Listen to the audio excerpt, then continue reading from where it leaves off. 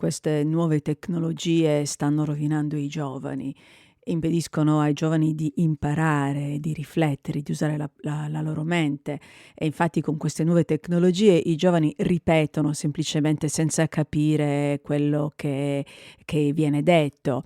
Non solo, ma poi le nuove tecnologie contribuiscono anche a diffondere idee false, idee nocive per la società che poi vengono utilizzate per manipolare l'opinione pubblica.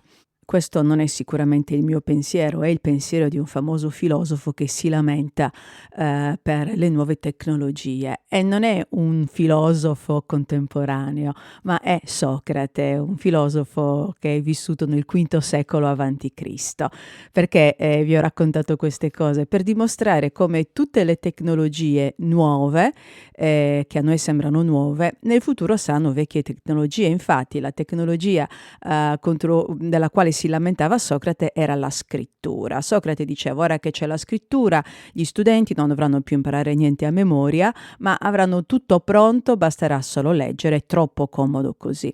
Queste stesse accuse vengono rivolte di volta in volta alle nuove tecnologie che aiuterebbero gli studenti soprattutto a copiare in classe, perché questa sembra essere l'unica preoccupazione degli adulti, che gli studenti poi possano copiare in classe.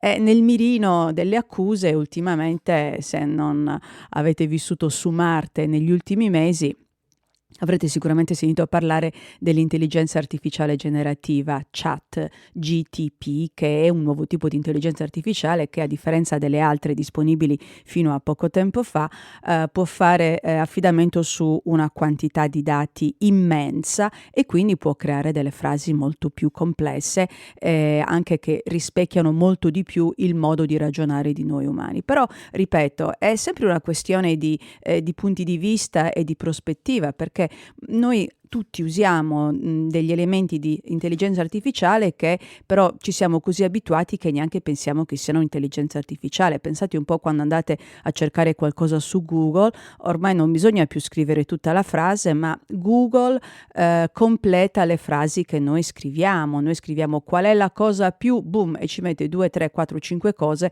tra quelle più ricercate. Lo stesso correttore di ortografia, lo spell checker, è una cosa che ormai viene usato da tutti automaticamente quando si usa qualsiasi documento Word. Quindi mettiamo le cose in prospettiva e le tecnologie nuove faranno sempre paura. Bisogna trovare nuovi modi per utilizzarle. È chiaro che se continuo a chiedere data di nascita e di morte di Garibaldi, tutti potranno copiare tranquillamente. Sforziamoci un po' di più.